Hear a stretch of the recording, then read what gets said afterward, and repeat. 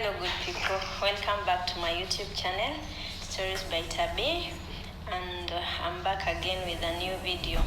If you're new here, kindly consider subscribing. If you're a returning viewer, thank you for watching. So guys, today I have a guest with us. I will give her a chance to introduce herself. Rahema, welcome.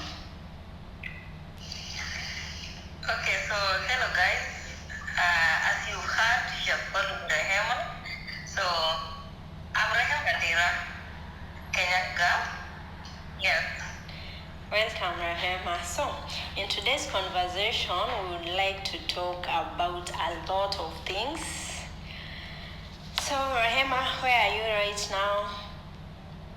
We all know we are in Middle East. Myself, I'm in Lebanon. How about you, Rahema? I'm in Saudi Arabia, Jeddah. Okay, how is life there, Rahema? Oh, yeah, so in Saudi Arabia, I'm working as a shagala or kadama or house manager. Mm-hmm. Life here is not bad, I can't complain. We thank God. So, let's talk about, what will we talk about? Like, for example, kuna vitu vingi nataka kukuuliza. For example, let's talk about, there is, like right now, there is a lot of girls struggling, especially there in Saudi Arabia. What do you think causes a lot of, like I saw somebody with burnt hands, somebody else has run mad. What causes all this there in Saudi Arabia? It's very, like it's the most country where the shagalas or the domestic workers are most oppressed. What causes that? Okay, from history, even back at home, Mm-hmm. the Saudi name is not good at all. Such that even if somebody hears that you're in Saudi Arabia, they'll be wondering or they'll be worried. Yeah. At most instances, people come here with fear. It's only that now they are taking that risk because there is no work at home. So you come here with the fear. And another thing that happens here is I think this side is not like other sides. Saudi Arabia is not a free country at all. So I think being in that, just in that one compound, the same time, every time, you have no one to talk with, it's just you and it's you alone. No, not the same way as we were used to when we are back at our country, that is Kenya, or from Africa, generally. Mm-hmm. So you get that this one can cause stress, maybe if also you doesn't have access to network so that you can actually communicate back home. Another thing, so that is loneliness in short. Loneliness and also someone can. Yeah. Another thing that maybe causes this is these issues maybe like generally I can't say that all Arabs are good. If you get a good Arab, you say things to God. So some of them just as back in our country, some of them also have just their unique things, Yeah. So if you just realize maybe that there is something in that house, it's better you go from there so fast you go back to the office. Like maybe if you are restricted not to go to a certain room, You are restricted not to go to a certain room maybe. Okay. Yeah, so as Africans, our nature is, what is it that I'm being told not to see? So You can be restricted to go to a certain room in the house. Yeah, in some cases it's there. Okay. People are restricted to a certain room. Mm-hmm. We were even told in school that they can even tell you not to go to a certain room. You never clean it, you never see inside it. Okay. So with our African nature, people are like, what is it that I'm told not to see? And they are curious. So maybe, you are curious and you are tempted to know what is there. And maybe you go there, just listen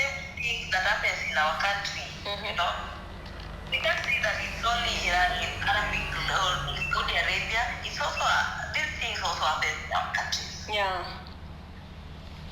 Yeah, so that also can make one goes mad because you see what maybe you never expected.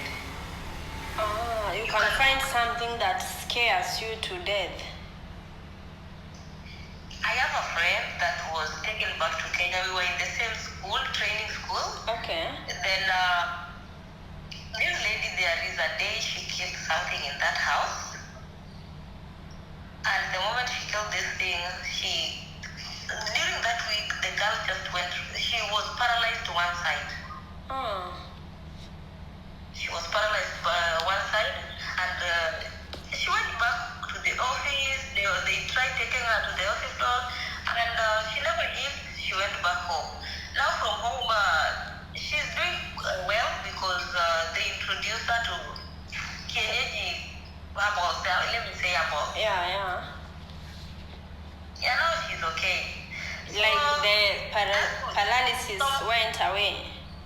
Or she's still paralyzed. Now from my friend, from her, now I realize that maybe there are some things in these houses that they don't want you to touch, and also maybe some are in hidden rooms. That's why at some point they hide them. Okay. So like really people should be careful. If you are told don't go here, just avoid it. Exactly. Yeah.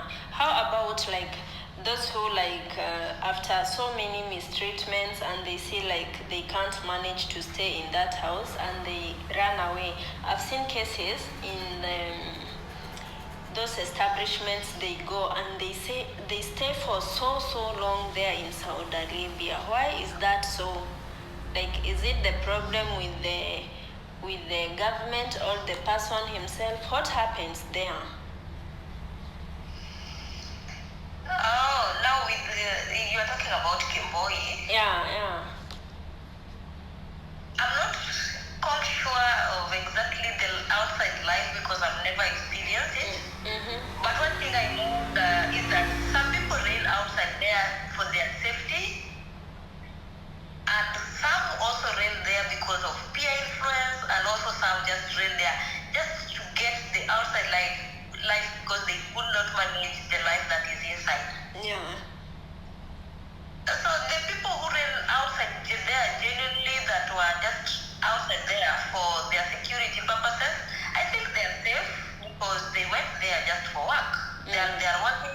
They have no any other business apart from work. So if you just go outside there, that you know what took you outside, it's okay. And also it's influence because some of them who have been outside there for long, they come to people's inboxes, they inbox me. Like myself, there is a video I did on my channel, and I keep all my documents, which is contrary in Saudi Arabia. You keep your documents? Yeah, I keep my documents. How is that? Because the moment you step, you like the moment you leave your country and come to your employer, that's the first thing they take from you, your documents. How do you happen to have your documents? They never took mine. I don't know, but they never took mine. They never searched me. Just from airport, I came here. They showed me my room, and now when we were going to apply for Igama, that's when my boss requested me for my passport. We went, applied for the Igama, and they returned everything for me again. That's good. I've never heard of that for real. That's like exceptionally. Yeah, I can show you if you want. So if you want to run away, you are free. Like they trust you. Yeah, so the Kembois, being that my contract is about my channel there, some of them went there, and I remember one of them abused me and said that I'm a foolish girl. Why am I inside the contract with the less salary, and outside there people are experiencing life, people are earning good money. I told her, no, God knew why these people left for me all my documents that is contrary to maybe according to what you know. Yeah. The usual thing that happens. So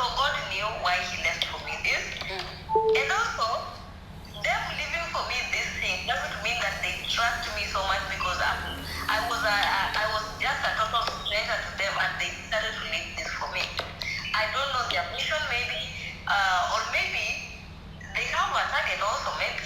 I don't know. So I don't really know. I've never complained of anything or mistreatment. Now, why should I Kemboi? Yeah, sure. If you have no reason to go out there, because people think that life out there is easy. Yeah. But those who are out, like if they are honest with you guys, they can tell you that life is not easy. And I see on Facebook, people will inbox you, hey, do you want to come out? I can give you accommodation. I will look for you a job. And they have no jobs themselves. They are just inviting girls and you pay them and they look for you a job, which is not easy to come by. Like if it was easy, everybody would be out. It's not easy. It's not easy because number one, when you want to Kemboi, there is an amount that you pay them. The dalalas, there is an amount that you pay them. Yeah. That is going to cater for your transportation from where you are to where they are going to cost you. And this amount is a very huge amount of money. When you talk maybe of 4,000 Saudi riyals. 4,000, that is like 4 to 5 months salary. When you talk about 4,000 Saudi riyals, that is over 100,000 Kenya shillings. Like say for example, somebody in the contract earning like between 800, 900, 1,000 and you ask for them for 4,000, that is 4 plus months salary. They have to save for 4 months. 5 months salary, And that is a lot of money in Kenya, and they demand that. And when you get there, this money is not for your accommodation. It was just for the transport. Is transport that much expensive there? It's just transport, and also maybe you get a driver who has a dry spell and he knows that you are desperate. They drive you. Yeah. I'm asking, is transport that much expensive? Like this 4,000 for transport, will it like really for transport, or is just they will pay little for transport and keep the rest of the money? Is transport so much expensive, the taxi? So this person, they are maybe is coming for you. Yeah. He's a taxi driver, maybe for someone and whatever, So they will charge you that fuel, and also they are risking. So it must be expensive. Okay. So all the money goes to the taxi driver. It's not the dalala who takes part of the money. They must be taking part of the money because it is a deal. It's they have to get commission also. Like commission. It's a deal. Okay. So you go out with this driver. He can do anything he wants with you. Who will you ask? Can this dalala will the dalala protect you? Like, can he follow up with this stranger, this taxi man? How will they trace back? And yet, let me tell you, most of these dalalas, they take you outside there and they sell you. Probably they give you men. So if you tell them somebody raped you, is that their concern? They don't care. You wanted to be outside. You are already here. Why are you complaining? Oh my God, it's that bad. Yeah, so people who are in contract should just be very careful. And how I wish these officers, the agencies, also help ladies when the right time is still there. And I see, like, when it's time for deportation, you see girls with children, with the 1, 2, 3 children. Is it that there is no like family planning there, or what happens? Is there, or just when you're out you have that freedom, but is it that there is no contraception, or they just want to have children, or it's I don't know.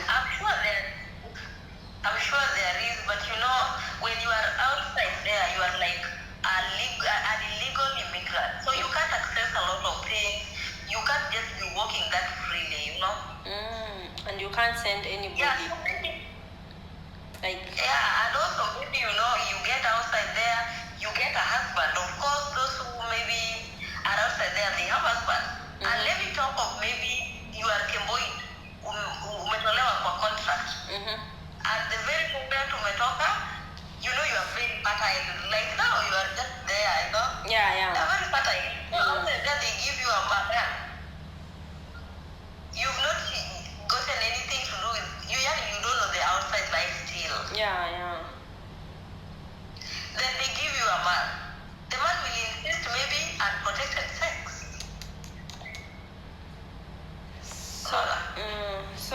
like it's What risky. It's the risky. best product of sex is Yeah. the kid.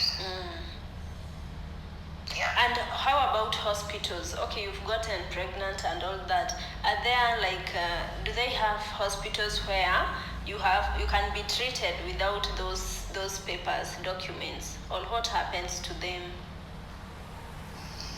It's so difficult to get treated outside there without papers. And that's why most cases, I'm also not experienced a lot or about the same, but what I hear also maybe from my friends or maybe from few Kembois who open up who are very honest, what they say is that those who are outside there, if you want to give birth, maybe you'll just give birth in the house. Oh my You just give God. birth in the house. Your fellow ladies become your mkunga owner. They help you out. Yeah. Well, And in some instances, you also get that they go to the hospital. If someone is so sick, going to the hospital, they'll tell you go to the embassy to write for you a letter. They also require some documents, like they won't prioritize your health. You just have to first have those documents before you are treated. Yeah, because you are an illegal immigrant now. You are there illegally. Wow. Well, Yeah. okay. Let's do away with the Kembois. Just like if you're in the contract, if you're okay, like if you're not being beaten, your life is not at risk. Like if your life is not at risk, I would prefer you just stay in the contract, finish your 2 years, and you change the house, or you just go to the agent. Or the agent, will they change houses like easily, or can they process your papers easily to go home? It could also be one of the problems why they just prefer to be out. Yeah, so it is possible, most probably when you are still below 3 months, that probation period, the probation period is this period that you be with the employer and they be with you, you learn each other, so that when you don't get so well, they can take you back to the office, or you can tell them take me back to the office. At that instance, you can be changed. They give the employer another lady, and you also get another boss. Like for my case, when I finished 3 months, my boss and my madam, they asked me, are you comfortable to continue working with us? I told them yes. So they were like, okay, if you're not comfortable, we can take you to the office, but if you're comfortable with us, we are comfortable with you. So you agree. Are you comfortable? Then you continue.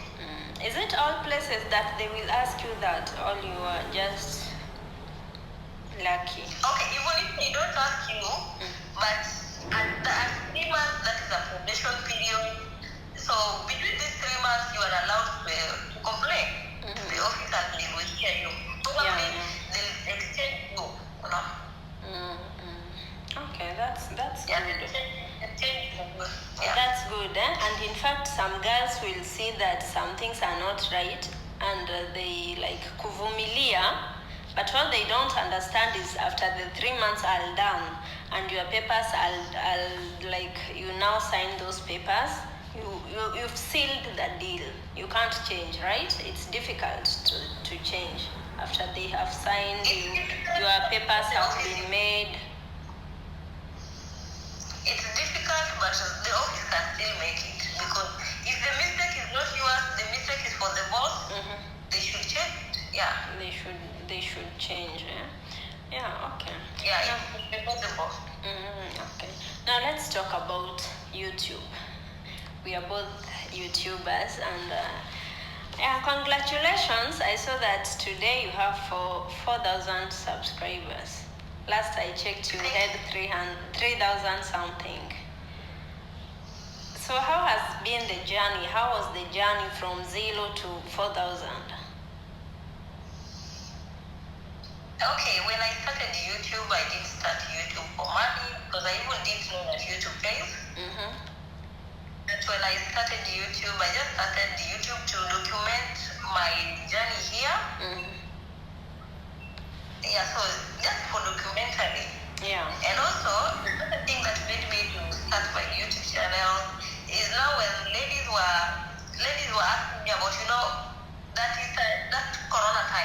Yeah. So it Corona, happened that I is did 2021. I knew, yeah. So there was a lot of issues with maybe sending money from the bank. So I happened to be telling ladies how to send money from STC to M-Pesa or back to the country, back to the bank. Okay. So this made me, because explaining it to each and everyone that comes to you was so difficult. And someone advised me, Naima, you can do this. Why can't you start a YouTube channel and just put this video there? So I was like, oh, okay. Because the first video I did was about myself, and the second video was this one.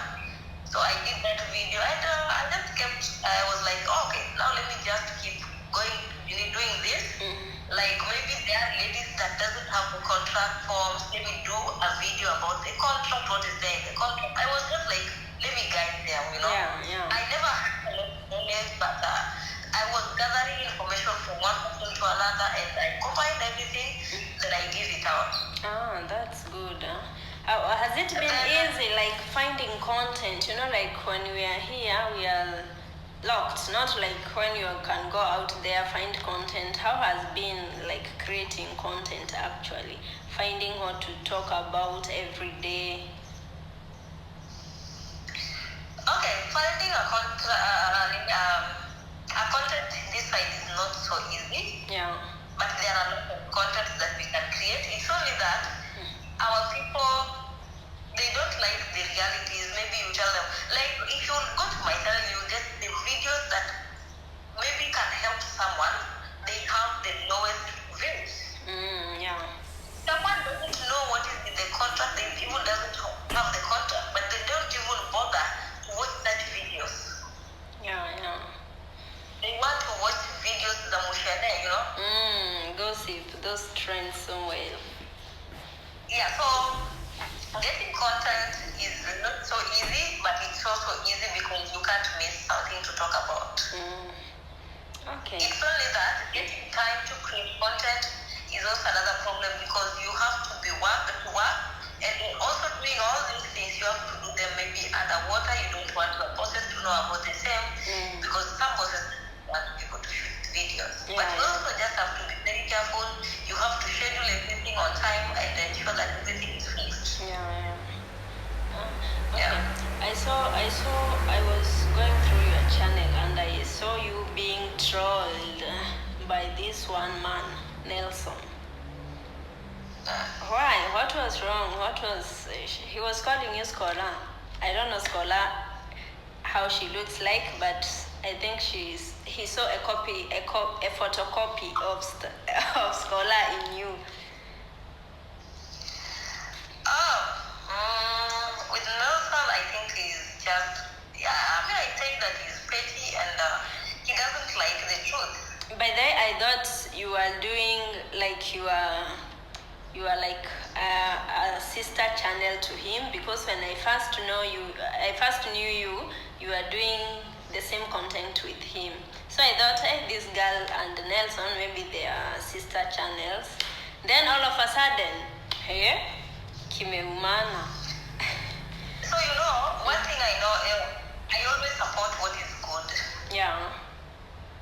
So what is good, the time I knew Nelson, he was a good man. I knew him as a good person. And I used to attend even his live streams. But then I knew him first when he rescued the situation of Mama David. So that's where I learned about him. Sorry.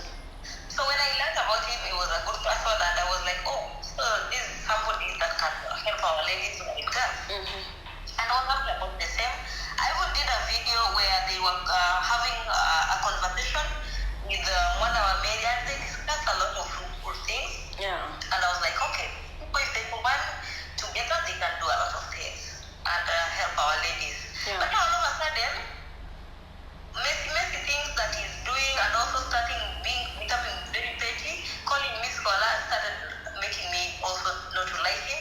He's this person who is very proud and whatever. So I don't want to talk a lot about him, but calling me scholar, one thing, I know even people who are doubting, and people are saying that maybe I'm a Kemboi. How do I